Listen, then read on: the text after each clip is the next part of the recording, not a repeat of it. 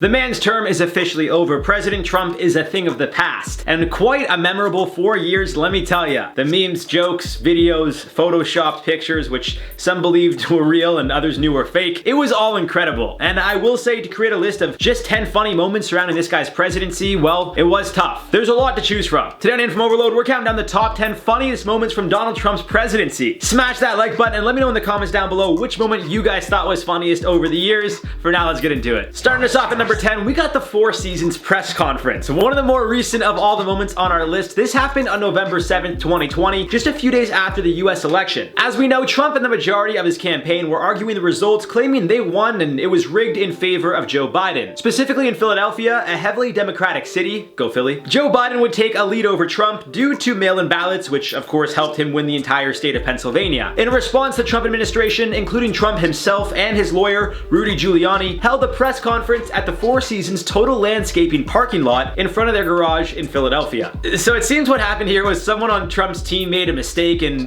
where they booked the conference. Likely wanted to book the Four Seasons Hotel, an upscale hotel in downtown Philadelphia, about 5 blocks from the Philadelphia Convention Center where the ballots were being counted. They instead booked a small business in Northeast Philly. But I mean, at least Trump and his team was helping a small business during these hard times. Now number 9, Trump's first order of business. That's the name of the meme. I don't know if it was literally the first order he signed as president, but it was definitely one of the many he signed within his first few days of taking office. For whatever reason, the former president had a habit of signing orders and then holding up the order for the cameras to see his signature, which you'd think, like, maybe it's an issue, you know, because the government's usually like pretty tight about their information, but either way. To no surprise, when Trump signed an executive order regarding the wall being built on the US-Mexico border, he held it up for the cameras to see. With both photographers and videographers on site, we got to see the actual footage as well as the numerous hilarious memes that were created thanks to Trump literally holding up a binder, pretty much showing 2 blank pieces of paper with his signature. The creativity some of those on the internet have will never be defeated. On to number 8, the lawn mowing boy. 10-year-old Frank Giacchio sent a letter to the White House, specifically President Trump, asking if he could mow the property's lawn. Frank from Virginia started his own lawn mowing company, and being the entrepreneur that he is, clearly, went for the big fish as one of his first clients. And surprisingly, they got back to him, and he would end up cutting the grass at the White House. I mean, imagine that, guys. You're 10 years old, you start a lawn mowing company, and you're cutting grass at the White House? I mean, I don't know if they necessarily paid him. I doubt it, actually. Either way, President Trump, likely either genuinely supportive of the kid or simply being told to do this for PR reasons, decided to walk over while Frank was mowing to speak with him. Now, I'm not sure if you guys saw the original video or have ever mowed a lawn yourselves or even heard a nearby lawnmower, but they're very loud. So when someone is trying to speak with you, it's very hard to hear what they're saying. And that, my friends, is exactly what happened here with Frank and President Trump. Yet again, Trump found another moment where he became a meme that would be sprawled all over the internet, him yelling at a 10-year-old mowing the White House lawn. What a template, let me tell you. The memes were absolutely incredible. Just a photo of the president yelling at some boy mowing the lawn. If someone needed an explanation of how crazy 2020 really was, that picture would definitely do it justice. It needs to be like in a yearbook or something. It's just so absurd it makes no sense. Although, I don't even know if it was from 2020. Maybe Trump's presidency, we'll say. Now on to number 7, the eclipse. Back in August of 2017, there was news that there would be an incredibly rare solar eclipse. However, doctors got onto any and every news outlet, social media, radio, wherever they could get the message across not to look directly into the eclipse. It can severely damage your eyes and potentially lead to you losing your sight permanently. The only safe way to do so would be wearing a protective eyewear, which would prevent said damage from happening. But it seems Trump thought when you're the president of the United States, science rules need not apply. There were about 4 or 5 different images of Trump standing on the White House balcony with the First Lady Melania and their son Barron trying to catch a glimpse. In most of the photos, Melania and Barron are wearing the protective shades. Trump, not so much. And he's also looking directly up at the eclipse, squinting his eyes, which again, it's a big no-no. That being said, we've seen that Trump isn't necessarily one for science, as he argued and threatened to fire Dr. Anthony Fauci, who's been one of the leaders in helping trying to combat the coronavirus. So, there's that. Now at number 6, Oklahoma rally. This was the first rally post-COVID-19 lockdowns. There were, of course, those who kept claiming it wasn't real, and then everyone else who took things very seriously. However, as some states started to loosen restrictions or remove them altogether, it was unclear how people would react.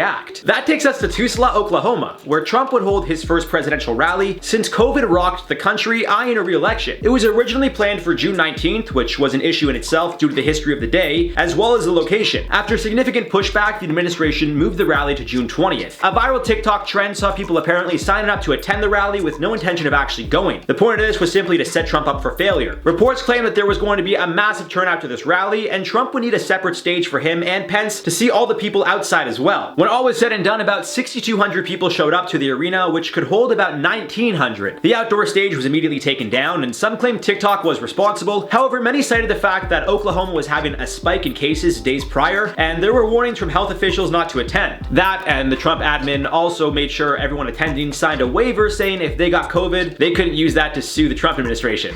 So that's also interesting. At number 5, Kofifi. How can we forget about this one, guys? I know sometimes people think if you delete something quickly, it's gone, but when you post something on the internet, it's there forever. And when you're the president of the United States, you bet your ass someone is going to see it before it's deleted. That's exactly what happened with Kofifi. On May 31st, 2017, at around 12:06 a.m., Trump would tweet out, I quote, "Despite the constant negative press, Kofifi." He would then delete the tweet hours later, but claimed he didn't make a mistake. Many assumed he meant to write coverage and just wouldn't admit when he was wrong. That being said, White House press secretary at the time, Sean Spicer, doubled down and claimed Trump meant what he wrote. When asked if the American people should be concerned about Trump's late-night incoherent post, Spicer replied, I quote, "No, I think the president and a small group of people know exactly what he meant." Going even further, Trump would then tweet out, I quote, "Who could figure out the true meaning of Kofifi? Enjoy." To this day, we still don't know.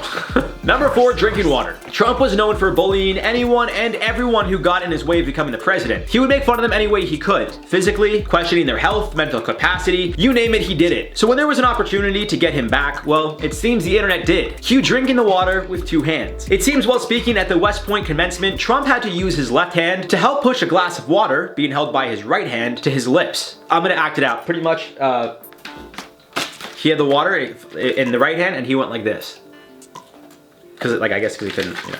This led to speculation maybe he wasn't well or something was up. I mean, the video showed he could lift his arm, but it seemed very unnatural what he did. So the internet did what they do, the media ran with the story, and obviously Trump picked up on this too. So while at the previously mentioned rally in Oklahoma, President Trump, eyeing a re-election, did what I thought would, well, solidify his victory. In front of the 6,200 people or so who stood there, he grabbed the glass of water with one hand and drank it, to the cheers of thousands of proud Americans. I swear this actually happened, and it wasn't a scene in like Family Guy or South Park, although it really sounds like it would be. Imagine 6,200 people cheering because the president drank a glass of water. Like, really?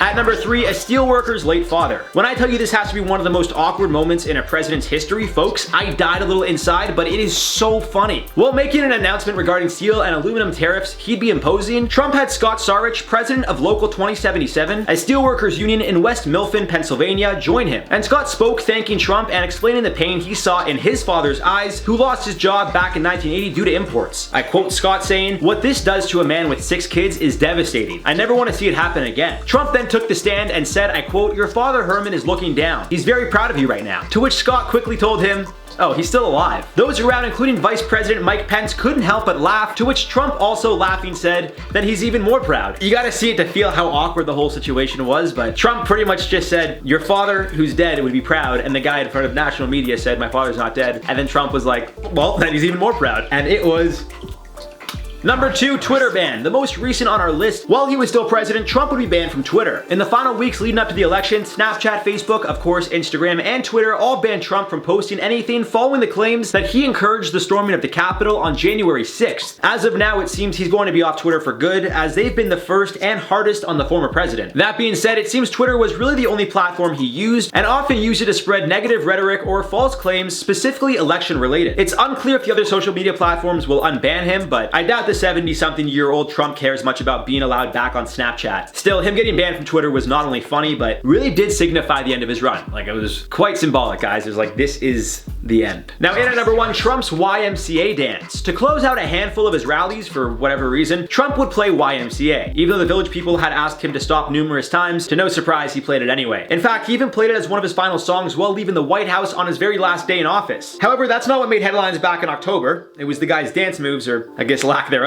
I'm not sure if this was a spur of the moment thing or someone from his team encouraged it, but when Trump started awkwardly moving side to side, people absolutely loved it. Well, for all the wrong reasons, of course. Either way, it got people talking, and I guess we're running for president. That's what you want, right? Either way, it'll go down in history as one of the funniest moments. Just him, it's just so, and he's offbeat. I love it. And there you guys have it for the top 10 funniest moments from Donald Trump's presidency. Let us know your thoughts down below and which moment you found funniest. For now, let's reply to some comments from the video. We need to talk about Kesha. Sophia said, "Damn, last time I heard Kesha was in 2014. I hear that. Kesha was insane. She was amazing. I loved her growing up. And then, I don't know where she went. And then, she just stopped making music, unfortunately. But TikTok came along, and now everyone thinks TikTok is an app, but it's really a Kesha song, so there's that. Unlimited T said, she literally never ages, it's amazing. I will agree with that. I saw her and I was like, is she still like 24? Because I swear when I was like 12, she was 24, but she looks the same. So I don't know what she's doing, but keep doing it. Riley Hodges said, Kesha is on her own vibe train. I love it. I want to be my own vibe train. I just want to be vibing and someone's just trying to like, they either come to my vibe and they vibe with me, or it's just like, you're not vibing and I'm on my train going on the tracks. Either get run over or jump on board. You know what I mean? The vibe I'm on is just, I want this lockdown to end so I can get a haircut. Anyways, guys, that's all for this one. I've been your host, Jared Bronstein, and we'll see you soon.